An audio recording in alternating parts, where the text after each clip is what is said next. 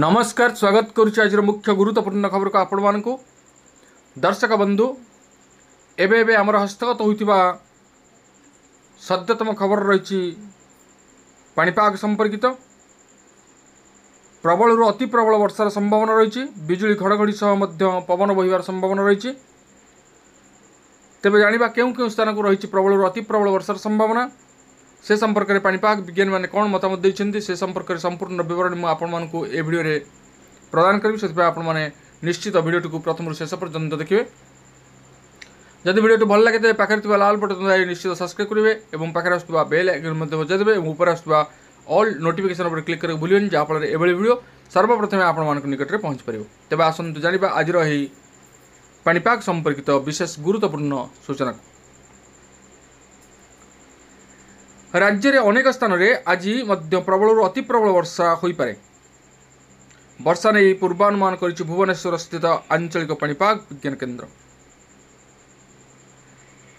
दक्षिण बांग्लादेश और यार पाखापाखि उत्तर बंगोपसागर निकट में एक घूर्णिबलय सृष्टि होइछि। यह समुद्र पतन ठारू 5.8 किमी पर्यंत व्यापी। घूर्णिबलय प्रभाव में 12 तारीख जाए राज्यर विभिन्न स्थान में मध्यम रु प्रबल वर्षा होवार संभावना रही। यारि भितर दक्षिण पश्चिम मौसुमी वायु विदाय नेबाक जाउछि। आगामी 3 रु 4 दिन मध्य ओडिशार किछि स्थान रु दक्षिण पश्चिम मौसुमी वायु प्रत्यावर्तन करने को पाग अनुकूल रही बोली आंचलिक पाणीपाग विज्ञान केन्द्र निर्देशिका डॉक्टर मनोरमा महांती सूचना दैछन्ति। तेणु एथिपाई राज्य में वर्षार परिमाण बढ़ी पारे बोली आकलन करिछि पाणीपाग विभाग। अपरपक्षे आसंता 22 तारीख बेलू बंगोपसागर में पुणी एक लघुचाप सृष्टि होब बोली पूर्वानुमान करिछि आंचलिक पाणीपाग विज्ञान केन्द्र। तेबे वर्तमान सृष्टि होइतिबा घूर्णिबलय प्रभाव में आगामी 24 घंटार राज्यर विभिन्न स्थान में हालुका मध्यम धरण वर्षा हेब।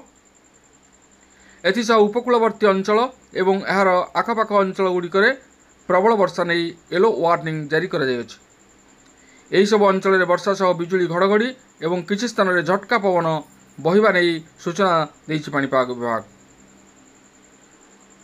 आज दक्षिण ओडिशार विभिन्न जिला और उत्तर उपकूलवर्ती एवं पाखापाखि जिला गुड़िक हालुका मध्यम धरण वर्षा हो जाइछि। तेबे आमे देखुचे वर्तमान पाग बेस अनुकूल रही जहाँ दक्षिण पश्चिम मौसुमी वायु प्रत्यावर्तन करने समय। तेणु यही समय बंगोपसागर जो लघुचाप सृष्टि हुए ताहा निश्चित रूपे एक भयंकर रूप धारण करे से समस्त मन में एक भय रही। पाणीपाग विज्ञानी माने सदासर्वदा ये लघुचाप सृष्टि उपर दृष्टि रखिछन्ति। तेबे जहाँ हो वर्तमान आगकू शीत आसुची। यार भितर 22 तारीख बेलू बंगोपसागर में एक लघुचाप क्षेत्र सृष्टि रही जहाँ जमापड़ी यह विशेष घनीभूत हो न पारे। तेबे